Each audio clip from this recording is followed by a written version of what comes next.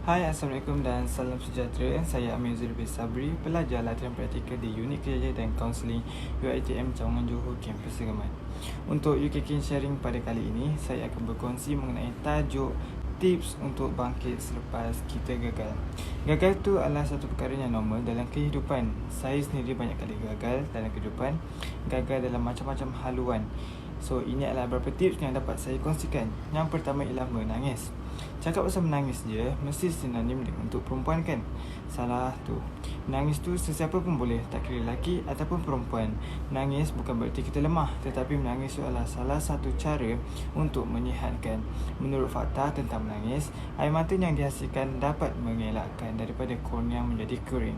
Malah air mata mempunyai antibakteria. Walaupun menangis setelah gagal, kita tidak perlu lagi panjangkan kesedihan tersebut. Sangat penting untuk kita mengawal emosi setelah menghadapi kegagalan. Yang kedua ialah menerima kenyataan.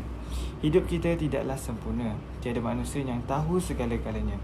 Tentu kita semua ada kelemahan yang tersendiri, yang kita sendiri tak dapat sedari. Apabila kita semua menerima hakikat bahawa tidak selamanya hidup ini mudah, kita akan dapat rasa berserah sepenuhnya kepada Allah SWT.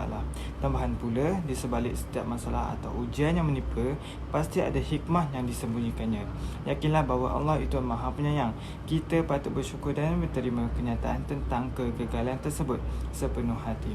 Bersabarlah sepanjang menjalani proses mengalami kegagalan. Yang ketiga ialah meminta bantuan. Sekiranya pada saat mengalami kegagalan dalam pelajaran, jangan pernah segan untuk meminta bantuan orang lain. Guru-guru, rakan-rakan maupun adik-adik pasti akan menghulurkan bantuan kepada kita. Dalam proses meminta pertolongan orang lain, kita boleh bertanya tentang pendapat mereka. Sebagai contoh, idea mengenai apa-apa yang perlu kita baiki untuk memperoleh sesuatu kejayaan.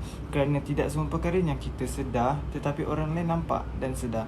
Selain daripada itu, dalam agama Islam juga telah disyariatkan untuk kita saling membantu. Maka tidak perlu berasa gundah maupun malu untuk meminta tolong. Yang keempat dan terakhir, luangkan masa untuk diri sendiri. Setiap orang tentu mahukan masa untuk diri sendiri. Bagi mempercepatkan untuk bangun daripada kejatuhan, ialah luangkan masa untuk diri sendiri. Kita boleh ambil masa untuk melakukan apa yang kita suka. Sebagai contoh, cari bahan untuk dibaca, berkebun ataupun buat sesuatu yang kita minat. Sekiranya kita ada wang lebih dalam simpanan, kita boleh menggunakan untuk hidupnya lebih sihat seperti makan ataupun pergi melancong. Selain dapat menenangkan fikiran dan membahagiakan, kita mungkin dapat meneroka bakat yang terpendam. Jika kita suka main bola atau membuat kek, kemudian ramai peluru yang puji. So dari situ kita boleh membuka bisnes kek secara kecil-kecilan. Maka lihatlah dengan kacamata dari langit bahawa masih ada banyak peluang untuk mencipta kejayaan daripada kesedihan. Tetaplah bangga dan bangkit untuk diri sendiri. Sekian itu saja tips untuk bangkit selepas kita gagal.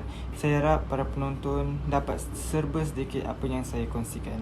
Last but not least, jangan lupa untuk klik butang follow di Instagram @ukk.uitm.segamat untuk dapat info dan maklumat yang lebih, dan subscribe di YouTube channel Unit Kerjaya dan Kaunseling UiTM Segamat. Semoga kita berjumpa di masa hadapan.